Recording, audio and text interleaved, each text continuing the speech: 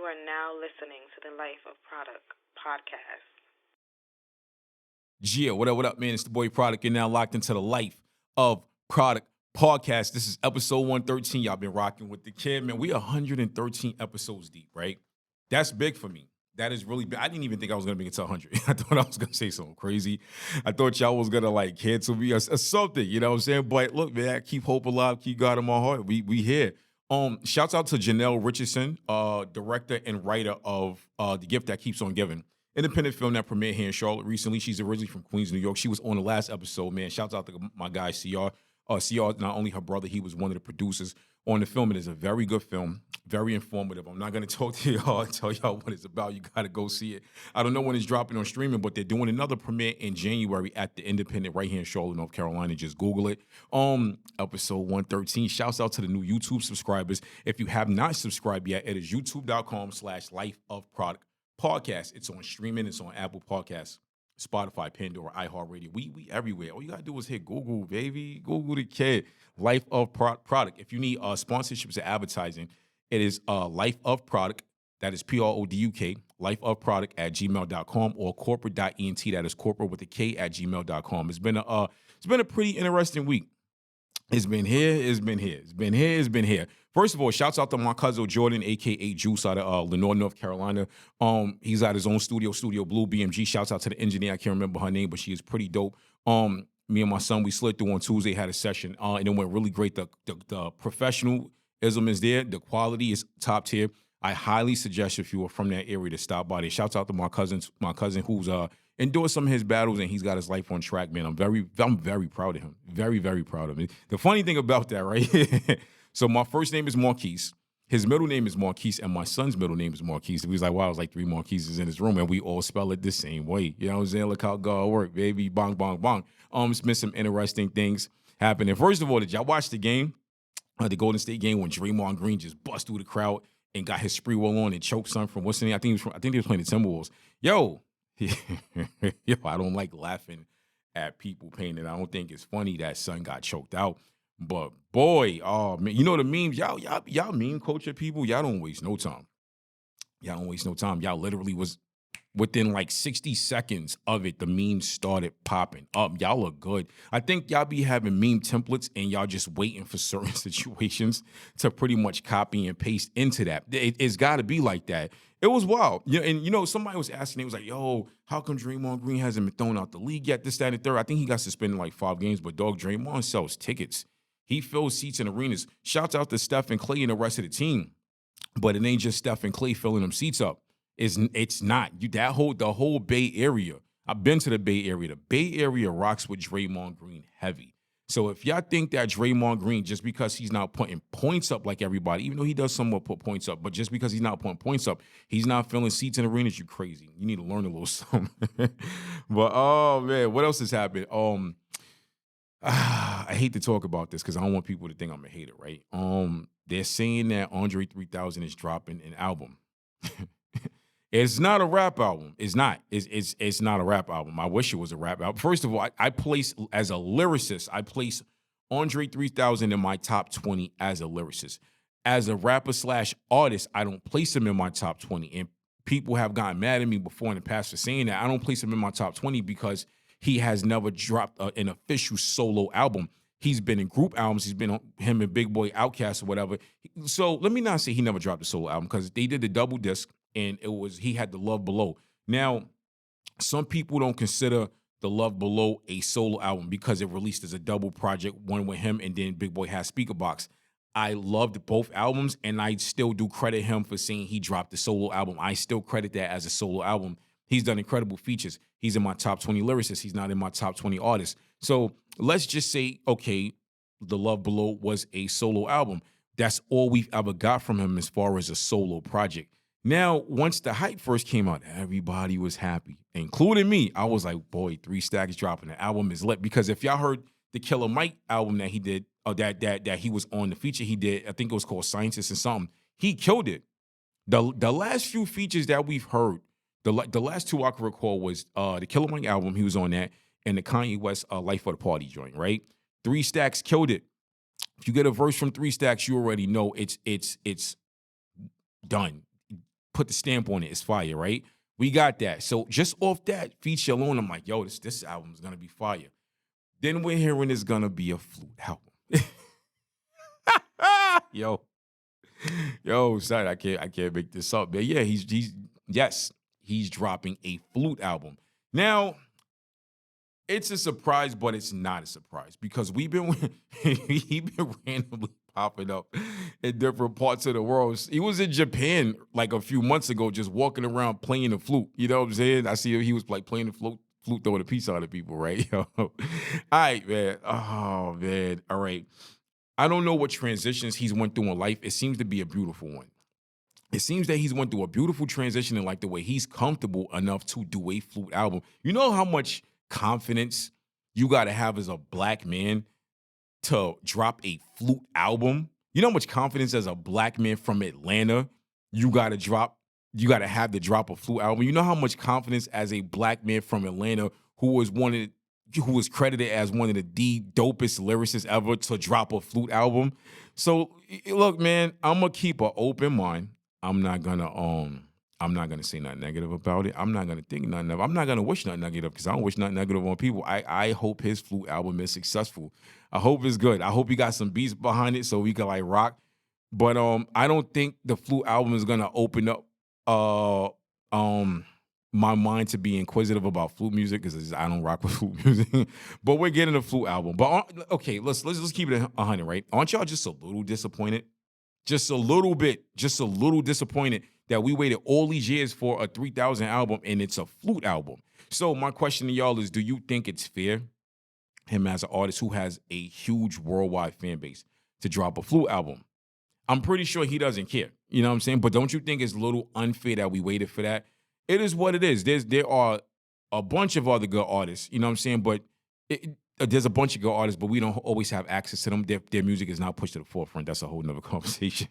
I was watching a clip, right, of Andre 3000 talking to somebody, and I forgot who the guy was that was interviewing him, and he was talking about how he said, I'm 48 years old, what am I going to rap about? And I immediately went to the comments, because I like to see the things that y'all be saying. I like to check out the ignorance, because a lot of y'all ignorant. People were saying ignorant stuff, but there were a lot of people who felt just as if how I felt. And my thing is this, okay, he's a 48-year-old rapper, right? He's questioning what should he rap about. There is a lot for him to rap about. He said, what am I going to rap about? Bad vision and a colonoscopy.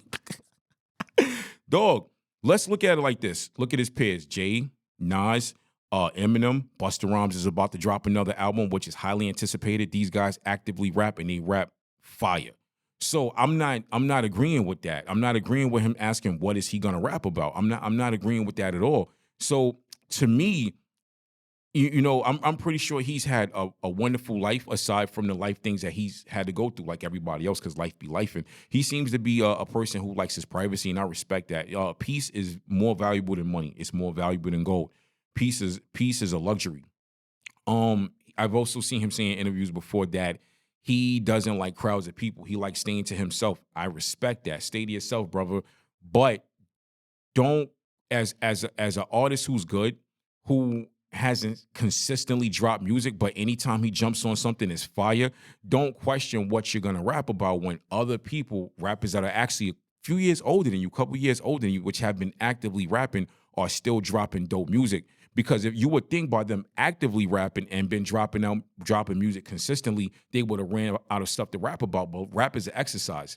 But it's a lyrical exercise, just like how Jay-Z dropped that song on I think it was on a Blueprint, lyrical exercise. These lyrical exercises are what's gonna keep you on point, and they're gonna keep your consistency, gonna keep your consistency going. So my take on that is I hear him and I respect him. It's all about perspective and subjectivity, but had he stayed consistent all these years, that would not have even been a question of anything. It wouldn't have. And maybe he's not just looking at it from that perspective. Maybe he's looking at it and he's feeling like it's dominated by a younger crowd. But the younger crowd, it's a high level of ignorance there. They don't know nothing. They're not being taught anything. They're not listening. There a lot of older people try to school the younger artists, but they don't listen. So let them keep making stupid music. You know what I'm saying? This is why the UK is doing great with their artists. But y'all, that's another conversation y'all want to talk about. G is the boy Product, Life of Product Podcast. This is episode 113. We will be right back with the second part of the show. Gia, what up, man? It's the boy Product. You're now locked into the Life of Product Podcast. This is episode 113. If you need interviews, sponsorships, or advertisements, it is lifeofproduct@gmail.com or corporate.ent at gmail.com. That is corporate with the K. Come on, man. Let's get your project on here. Let's get your brand on here. Yo, shouts out to BYB Entertainment. I got the BYB shirt on. See? You know what I'm saying? Locked in, brother. Man, shouts out to Don P. Shouts out to Dada 5000. Shouts out to John Bernard, who came on the show. Shouts out to my boy Chris Corrado, who put me on to them. You know what I'm saying? And whatnot. Them guys are doing their thing. They doing their thing over there, man. You know, Bare Knuckle is pretty dope. It's coming up. I give Bare Knuckle about another year, the most 2 years before like the mainstream factor of it is high level, top tier, like for real. Today's episode is episode 113. Today's episode is titled "You Want It, but Are You Ready for It?" This is a serious question. Like I try to, I joke a lot on here. I get the people on here, we interview you, but I like to get serious sometimes, right? And this is like a serious episode. I really want to talk to you guys about this. Today's subject matter is you want it, but are you ready for it? And this is a question I've had to ask myself before. I think this is something a lot of people don't ask themselves. I think this is a question where if you sat with a person face to face, and if you ask them this, it will go over their head and they would not know how to answer it. A lot of people wouldn't. A lot of people, they want what they see, and that's going to go over your head. A lot of people want what they see, but they don't want what they know, if that makes any sense, right? So you want it, but are you ready for it? And there's a realism factor that has to go into that. Fellas, let's talk to the fellas real quick, right? Fellas, they're going online, they see these beautiful women. These women are dolled up, they got features, right? You want that woman, but are you ready for that woman? That woman might be high maintenance and you might not make enough money to accommodate that. And I'm not calling her a gold digger. What I'm saying is this, right? And this is the honest to God truth. This is, I'm being 100% honest and I'm talking to the fellas because I'm a man, right? Fellas, you might want that woman and you are not ready for that woman. You are not ready for that woman financially. Do not come into that relationship, butter that woman up, and you cannot financially accommodate her in the lifestyle that she had already. That is unfair.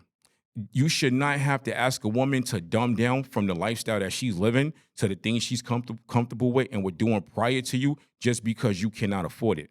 That's not cool. That's not fair. That is unrealistic. I said what I said. People are going to get mad about that, but I mean, come on. If this woman is used to, having the finer things, come on. You can't buy a Mercedes and think you could put 87 in it. That's not going to work. Who's doing that? You know what I'm saying? Who like seriously, who's doing that? But a lot of men are not ready for that conversation. You see these beautiful women online, you bag shorty. Listen to the young dudes who have never lived with a female yet, right? Women pass gas, right? Y'all know that, right? Y'all be acting like, oh, she passed, boy, she farted. Listen, women pass gas. You know how you know it's real? The first time you ever live with your girl, first time you ever live with a female that's not your sister, that's not your mom's, that's not your grandmother, that's not your cousin, first time you ever live with your girl and she forgets to flush the toilet after she took a dump. A lot of y'all will freak out. Well, guess what? Women go to the bathroom just like us. They do, but y'all not ready for that. And these are the things that will have y'all looking at these women different because a lot of y'all men, y'all only think with your eyes. Y'all don't think with your head. You don't think with your emotions. You don't think with your heart. You think with your eyes. Not everything that you see is what you're going to get. You might get what you see and you're going to get more. You're not ready for that. To stay like on the relationship side of things, right? You want it, but are you ready for it? A lot of y'all, I've seen people blend families. I've tried to blend families. Let me tell you something. It's one of the hardest things ever. It's as hard as you make it, and some people make it hard. And a lot of people are not ready for that. When you blend a family, you have to subconsciously go into it neutral on every level. You cannot put your kids before his or her kids. You cannot put yourself before his or her kids. I'm all for a man putting himself first. I am all for that, right? But once you blend a family, that is slightly somewhat thrown out the window because the perspective of a child is not going to be the same as a perspective of an adult. So when you're trying to blend a family, you don't know how that kid is looking at you. First of all, that kid's most likely going to compare you to their father, their real father. They're going to compare you to that. They might have resentment towards you because you're in the picture now and their real father's not waking up in the house every day with their moms. you were going to sleep in the bed and waking up in the bed with their moms, not their real father. So you have to really put your best foot forward in this situation with blending the family. A lot of people don't know how to do that. A lot of people, look, let me tell you something. I tried to do the blended family thing. I tried my best with it, but I had no experience prior to doing the blended family thing because my mother and my father was together until I turned 15 years old. So I didn't have a lot of hands-on experience with that, but I tried very hard. Another thing that can fail in that is the kids can cause problems. Now, let me not say the kids can cause problems. In a blended family, kids can cause problems, but it's all in the reaction of the adults. You as an adult need to be mentally prepared for every aspect of it. You need to be mentally prepared for that kid having resentment, that kid acting out, being bad, lying, stealing, ditching school, manipulating the other parent against you. These are the things that you have to be mentally prepared for as a step parent. The biological parent holds a high responsibility for bringing his or her child into that blended family with another parent that's not theirs, that stepped up to sit here and say, I am not going to let my child get away with that. You have a responsibility to do that. You do. You absolutely do. You also have a responsibility to sit with the other parent and let the other parent know, this is my situation. You need to respect it. You have to do that. And some of y'all don't do that. Y'all don't do that. Y'all have seen situations where the families was blended and one set of kids was causing problems for the other kid and lying on the other kid, and then that parent was going along with it. And I'm gonna keep it real with y'all. I had a situation like that where the other parent, the kids was causing problems, and we try everything in my power to bring it all to a halt, to stop it. And kids started telling little lies, and the other parent was going along with it. I shut it down real quick. And I don't like putting a lot of that business out there, but sometimes I gotta give y'all the realness. I can't be sitting here preaching to y'all if I don't know what I'm talking about. I can't do that. So I set it down and I let her know the first time that happened, yo, I'm not tolerating the lying on my son. It happened again. All right, get out. You're not gonna do one. Let me tell you something, right? One thing. This is one thing you're not gonna do. You're not gonna lie on my kid, dog. You're not. Lying on my kid is not gonna. It's not the flex. It's not. I'm not rocking with that. We are not doing that. And nor will I lie on someone's kid. I will not do that. So I try to approach, that situation from a neutral standpoint. So blending the family's hard. It ain't easy. It ain't easy, man. It's not easy. Another problem, with the whole blending the family thing, you want it, but you're not ready for it. The other parent might not, and I'm speaking to the females. A lot of the females, they'll want it, but they're not ready for it. They'll do everything in their power to keep that household together, but they'll push the biological father away. You was not ready for that because you weren't mentally prepared to let that new guy know this is my child's father. You can't sit here and try to blend the family and exclude the child from his real father. That's not going to work. There's always going to be a gray cloud over it. There's a fakeness there. Y'all can be sitting there eating dinner, you pretending life is great. Life is not great because you are depriving your child. And that is a conversation that nobody wants to have.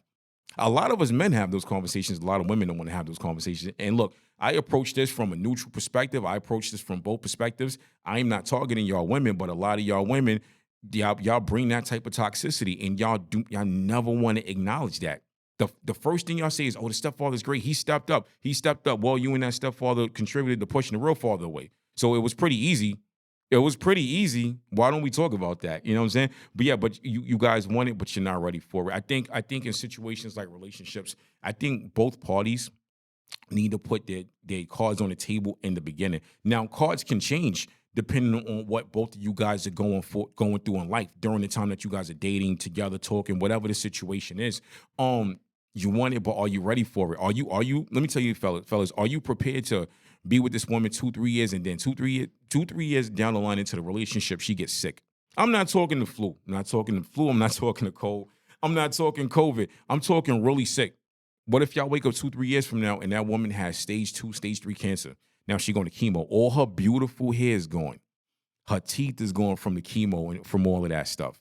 She's losing weight. She can't get out the bed. You got to help her shower. You got to cook for her every night. You got to take her to all her doctor's appointments. She going to the doctor twice a week. You missing 2 days of work. Are you mentally prepared for that? Are you ready for that? Are you? And I'm talking to the fellas because I'm a man. That is something that you need to think about before you get into the situation and decide to be for life with this person. G is the boy product, Life of Product Podcast, episode 113. You want it, but are you ready for it? We will be right back with the third segment of the show. Yeah, what up, man? It's the boy Product. You're now back with the Life of Product Podcast. This is episode 113 again, man. If you need interviews, if you need sponsorships, if you need advertising, it is lifeofproduct@gmail.com or corporate.ent@gmail.com. That is corporate with the K and spell product, PRODUK. Episode 113. Episode 113 is titled, You Want It, but are you ready for it? That is a question I'm asking people. You want it, but are you ready for it? I do a lot of podcast workshops, right? And one of the questions I started asking people recently is, you want it, but are you ready for it? Are you fully prepared for your next clip or whenever 10 episodes from now, you prepare for that to go viral? Now you're going viral for something negative. You're getting the streams, you're getting the money, you're getting the monetization, but people viewed it as negative because they only watched that one clip that you put out. Now they think you're the worst person in the world. You the next Kevin Samuels. You the next Andrew Tate, you the next boom, boom, boom. And I'm not talking about these people, down to these people, man. Rest in peace to Kevin Samuels. I don't follow Andrew Tate that much. I've watched some of the clips and some of the things that he's done. I'm about 50% on it. I agree with some of the things he say. There's a few things I don't agree with, but what I will say about that man, he's a very powerful man. And I'm not talking powerful as far as money. I'm not talking about status. I'm talking about having a voice, because having a voice comes with a certain set of power. And depending on how you use it, and it's going to dictate your life, and he obviously knows what he's doing. So I'm not talking about these men, but these men do get a bad rap, and Kevin Samuels did get a bad rap from people. I noticed after Kevin Samuels died, he wasn't talking the same things that he was talking prior to the way his old format was of the show. The first format of his show, he wasn't talking none of that. Then he even said, okay, I bet you if I was saying XYZ, y'all would, my views would be boom, boom, boom. And he tried that and it caught on. You feel what I'm saying? So I ask people now in my podcast workshops, are you prepared for your next clip to go viral and nobody likes you?